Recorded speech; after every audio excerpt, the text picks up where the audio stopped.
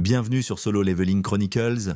Aujourd'hui, on plonge dans l'épisode 2 de la saison 2 de Solo Leveling. Jinwoo fait face à des ennemis plus puissants et des mystères qui s'épaississent. Prépare-toi pour une analyse de cet épisode riche en action et en révélations. Si tu es un fan de Solo Leveling et que tu veux suivre toute la saison, pense à t'abonner et à activer la cloche pour ne rien manquer de cette aventure épique. C'est parti!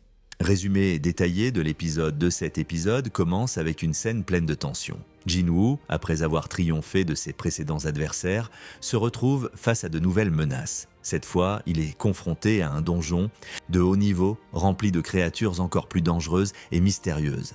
Mais contrairement aux saisons précédentes où il devait lutter pour sa survie, il semble plus assuré que jamais.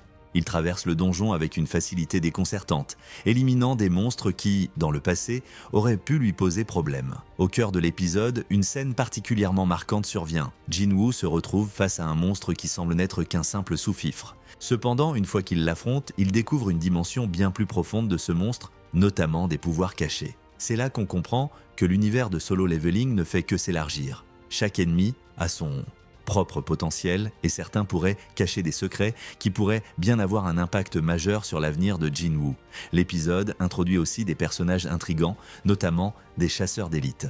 On voit notamment le personnage de Cha Ha-in, un chasseur de rang A qui semble vouloir travailler avec Jinwoo. Leur interaction est intéressante, mais surtout lorsqu'ils parlent de l'évolution des donjons et de l'impact qu'ils ont sur le monde entier. Mais la question reste, Jinwoo pourra-t-il vraiment faire confiance à ceux qui l'entourent ou est-il destiné à devoir affronter des ennemis à la fois à l'intérieur et à l'extérieur du groupe?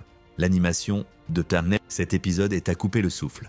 Les scènes d'action sont fluides et chaque mouvement semble plus vif, plus intense. L'intensification de l'atmosphère nous montre bien que cette saison prend des proportions bien plus grandes que ce à quoi on pourrait s'attendre. Analyse approfondie, Jinwoo est plus fort que jamais, mais cela n'enlève en rien la complexité de son personnage. Dans cet épisode, on voit qu'il commence à se demander si ses nouvelles capacités sont une bénédiction ou une malédiction. Bien qu'il domine ses adversaires, il sait que de nouvelles menaces, bien plus puissantes, se cachent et peut-être que ses pouvoirs ne suffiront pas à les arrêter. L'épisode pose ainsi la question, Jinwoo peut-il encore être défié par un ennemi digne de ce nom ?